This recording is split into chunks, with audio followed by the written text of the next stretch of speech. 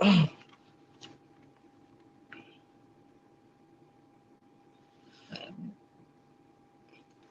shalom, shalom.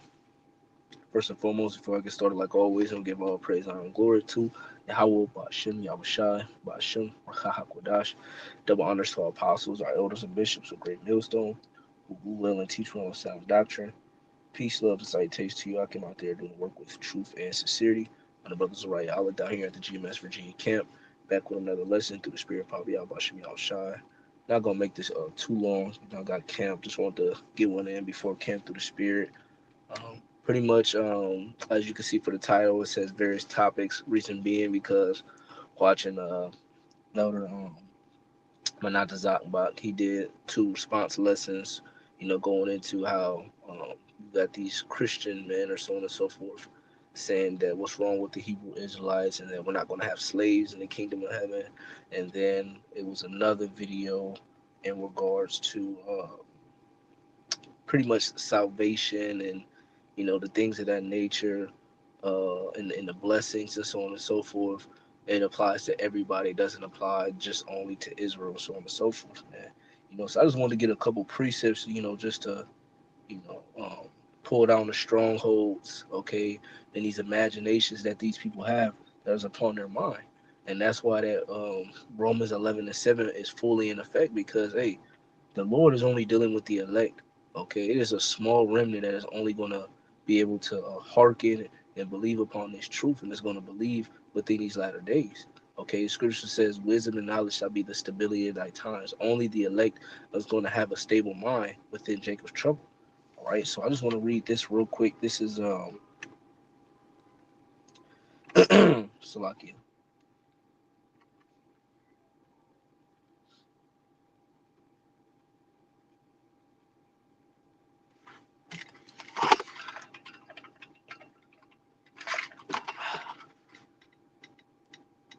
This is Isaiah chapter 14 and verse 1. It says, "For the Lord Yahweh Ba'ashem Yahushai will have mercy on Jacob and will yet choose Israel," right? Israel.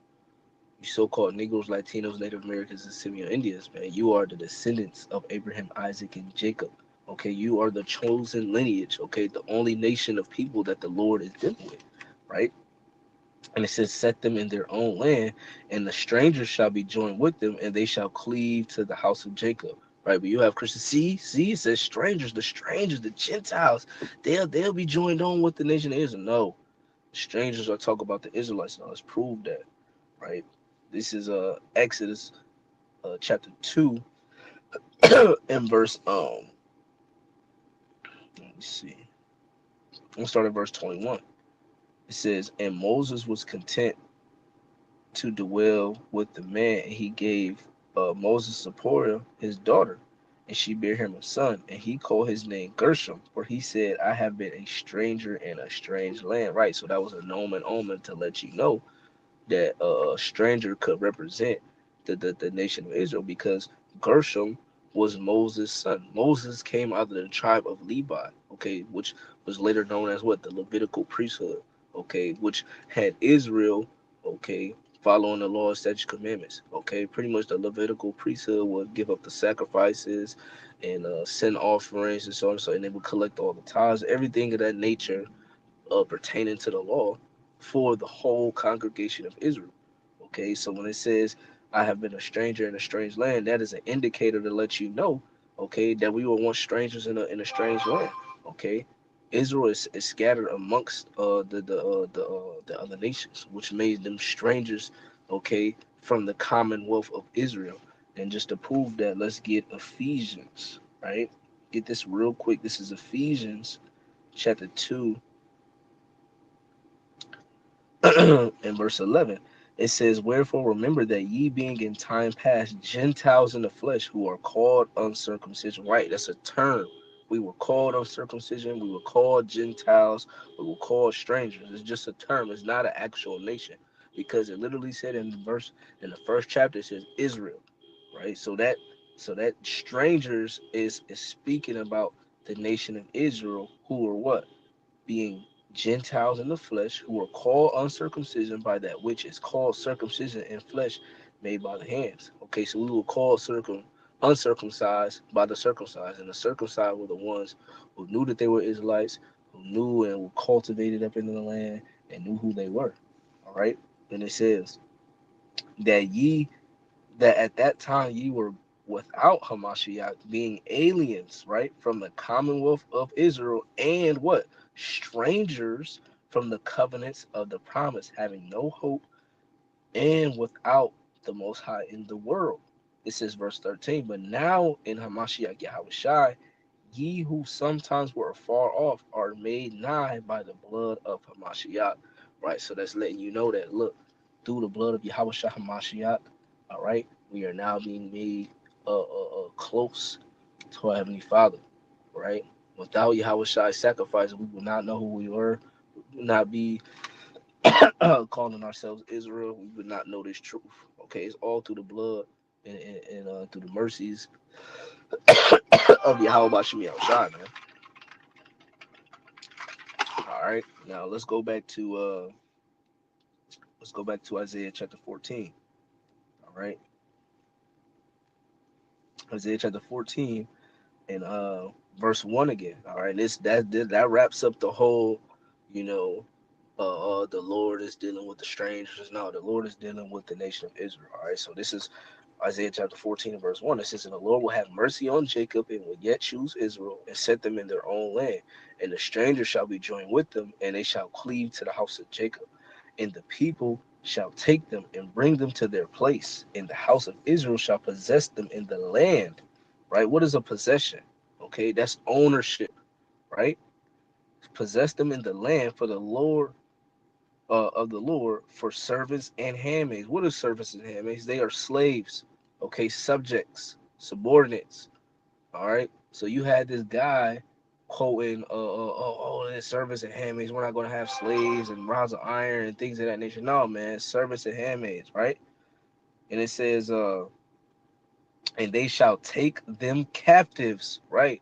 So what is a captive? Someone that is subject to what? Captivity. Just like the Israelites were subject to captivity. When you read Revelation 13, 9 and 10, he that leadeth in captivity shall go into captivity. Okay. This is the patience of the saints.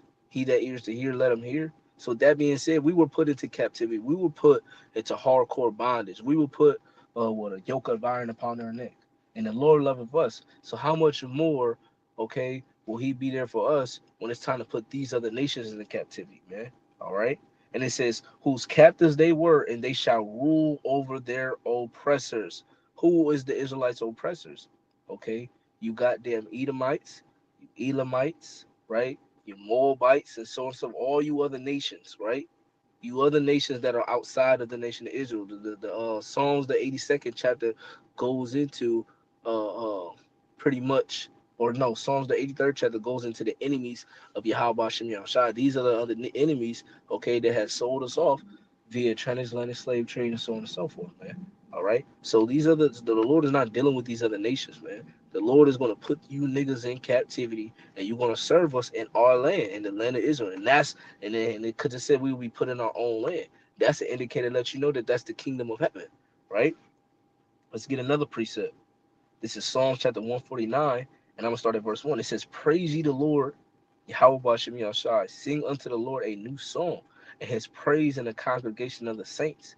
Let Israel rejoice in him that made him. Let the children of Zion be joyful in their king. Let them praise his name and dance. Let them sing praises unto him with the timbrel and harp. For the Lord taketh pleasure in his people. He will beautify the meek with salvation. Who's the meek? The Israelites. Okay, the elect. The elect is going to receive deliverance, okay, from World War III, from the pestilence, from the plagues, from the nuclear missiles. All right. The elect is going to receive that salvation, man. So best believe we're going to be giving praise and dancing and calling on the names of Yahweh Shem Yahweh, man. All right. But then after that, what's what? It says, verse 5, let the saints be joyful in glory. What is glory? Okay, we're going to be in fine apparel. We're going to be immortal. We're not going to sin. All right. Well, hey, we're going to be perfect, right? It says, let them sing aloud upon their beds, meaning we're going to be in our rest. We're finally going to be in our everlasting rest, right? It says, let the high praises of Yahweh be in their mouth and a two-edged sword in their hand. We're going to be gifted with swords and a crown and an arm. We're going to be unstoppable, man. All right. And it says to execute what? Execute vengeance upon the heathen. Who's the heathen? The ones that are not the Israelites. All right. And punishments upon the people. To what? To bind their kings with chains and their nobles with fetters of iron. So is that not hardcore slavery? Binding their kings and their nobles with fetters of iron. All right. You niggas is going to be subject unto us, man. All right. And it says to execute upon them judgment written. This honor have all his saints. Praise ye the Lord. Right. So this is an honor unto the Israelites to be able to execute judgment upon our enemies, man. You niggas is going to get it. And the Lord is not showing no mercy for you other nations. The Lord is showing mercy on the nation of Yashar Allah, man. Period, point blank. You know, I want to get this last precept and close out. This is Revelation chapter 2 and verse 26. It says, and he that overcometh and keepeth my works unto the end, to him will I give power over the nations. Right? The nations. There's 18 nations in the Bible. There's 18 nations that the Lord created. And the one nation that is not going to be subject unto the other nations is the nation of Israel. All the other nations are going to be subject unto the nation of Israel. Period, point blank. Right?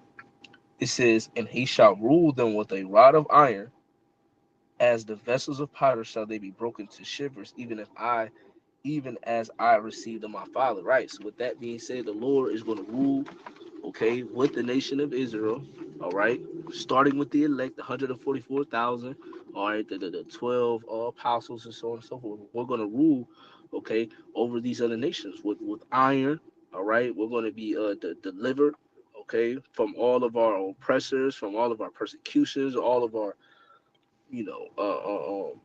hell that we catching. We're going to be delivered. Yahweh Ratazah, So with that, I just wanted to make it quick, hit those 2 points, in a quick little response, to the elder, So with that, I pray and hope this lesson was edifying to the hopeful elect. I want to give all praise, honor, and glory to Yahweh, by Hashem Yahushai, by Hashem Rakah HaKodash, and double honors to our apostles and elders and bishops of Great Millstone. Until the next time, I say, Kwame Yasharala, Wafa Babor, and Shalom.